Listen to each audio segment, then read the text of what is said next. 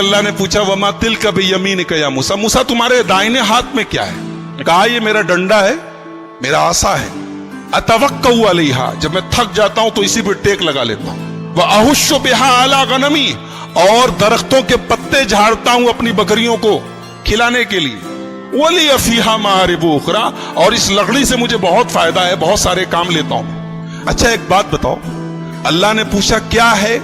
موسیٰ علیہ السلام سمپل جواب دے دیتے لاٹھی ہے۔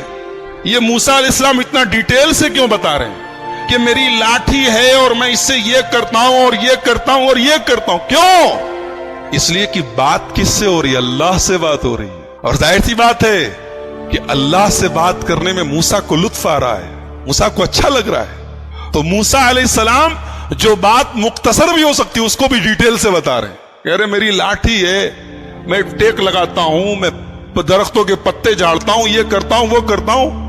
اللہ تعالیٰ نے کہا موسیٰ اس لاٹھی کو ذرا زمین پہ ڈالو، تو ذرا زمین پہ ڈالو اپنی لاٹھی کو۔ موسیٰ علیہ السلام نے پوچھا نہیں کیوں ڈالوں، اللہ نے کہا ڈال دو، موسیٰ نے ڈال دیا، اور جیسے ہی زمین کو لاٹھی کو زمین پہ ڈالا فَإِذَا هِيَ حَيَّةٌ تَسْعَىٰ، فوراً وہ سانپ بن گئی۔ موسیٰ علیہ السلام ڈر گئے، ارے ابھی تو میری لاٹھی تھی، سانپ کیسے بن گئی؟ قَالَ خُذْهَا وَلَا تَخَفْ، کہا موسیٰ ڈرو نہیں، سَنُعِيدُهَا سِيرَتَهَا الْأُولَىٰ، ابھی ہم تمہاری لاٹھی کو پھر سے لاٹھی بنا دیں گے، ڈرو نہیں، یہ سانپ ہم نے بنا دیا ہے، پھر سے لاٹھی بنا دیں۔ ایک بات بتاؤں، موسیٰ علیہ السلام کے واقعے کا سانپ سے بڑا گہرا تعلق ہے، اور اسی لیے قرآن کی 4 سورتیں ایسی ہیں جو تو سے شروع ہیں۔ عربی میں ایک حرف ہوتا ہے تو، سواد ذات تو جانتے نا، تو کو اگر آپ غور سے دیکھیں گے تو جو ہوتا ہے وہ سانپ کی طرح لگتا ہے، جیسے سانپ جب کنڈلی مار کے بیٹھا ہو تو اس کی شکل تو کی طرح ہوتی ہے۔ تو قرآن کی 4 سورتیں ہیں جو تو سے شروع ہیں، سورہ طٰہٰ، سورہ شعراء، سورہ قصص، سورہ نمل، 4 سورتیں، اور چاروں سورتوں میں موسیٰ علیہ السلام کا واقعہ بیان کیا گیا۔ تو حضرت موسیٰ کے واقعے میں سانپ کا بڑا گہرا تعلق ہے۔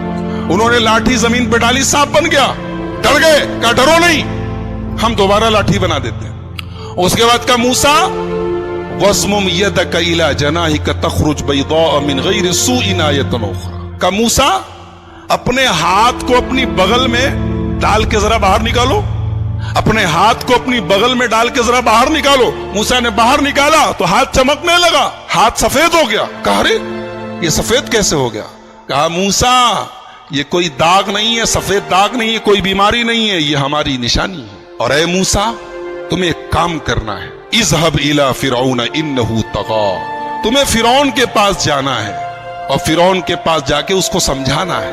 فرعون اتنا بڑا ظالم ہے، لیکن اس کے پاس جا کے تمہیں پیار سے بات کرنی ہے۔ فقولا له قولا لینا، فرعون سے نرمی سے بات کرنا، لعلہ یتذکر و یخشی، شاید کہ فرعون کو بات سمجھ میں آ جائے۔ ایک نقطہ ملا، ایک بات ملی کہ دین کا کام سختی سے نہیں ہو سکتا ہے، دین کا کام نرمی سے ہوگا۔ ایک صاحب کی تقریر سن رہا تھا، بولے ڈاکٹر لوگ کسی کو دوا دیتے ہیں، کسی کو انجیکشن لگاتے ہیں، کسی کو آپریشن کرتے ہیں، تو جیسا مریض ہو ویسا علاج کرنا چاہیے۔ مثال سننے میں اچھی لگ رہی نا، مگر دین کے معاملے میں یہ مثال ٹھیک نہیں ہے۔ دین کے معاملے میں ایک دین کا جو ڈاکٹر ہوتا ہے اس کو ہمیشہ آپریشن سے بچنا چاہیے، ورنہ اگر آپریشن ضروری ہوتا تو اللہ موسیٰ سے کہتا جاؤ فرعون کا آپریشن کرو۔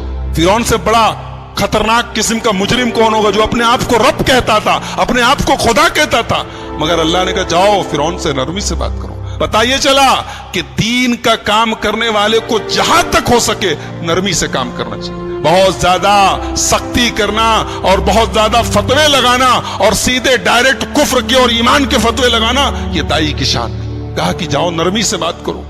موسیٰ علیہ السلام بچپن میں ایک مرتبہ انہوں نے انگارہ منہ میں ڈال لیا تھا، تو ان کی زبان میں لکنت آ گئی تھی، جب بولتے تھے تو آواز صاف نہیں نکلتی تھی، زبان صاف نہیں نکلتی۔ تو موسیٰ علیہ السلام نے اللہ سے دعا کی، رب اشرح لی صدری ویسر لی امری واحلل عقدۃ من لسانی یفقہوا قولی، اے اللہ میرے سینے کو کھول دے، اے اللہ میرے کام کو آسان کر دے اور میری زبان کی لکنت کو دور کر دے تاکہ لوگوں کو میری بات سمجھ میں آئے، اور اے اللہ میں اکیلے اتنا بڑا کام نہیں کر پاؤں گا۔